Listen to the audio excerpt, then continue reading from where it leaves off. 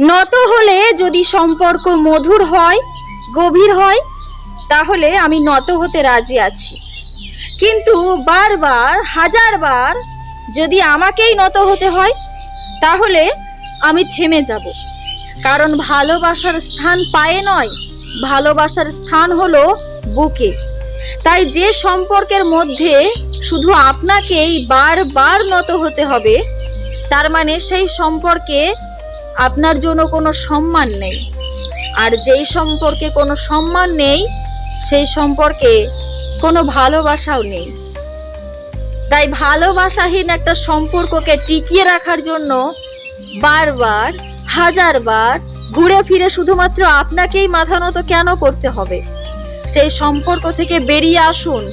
যেই সম্পর্কে থাকতে গেলে, যেই সম্পর্ক টিকিয়ে রাখতে গেলে আপনাকেই চেষ্টা করতে হয়, বারবার আপনাকেই মাথা হেট করতে হয়।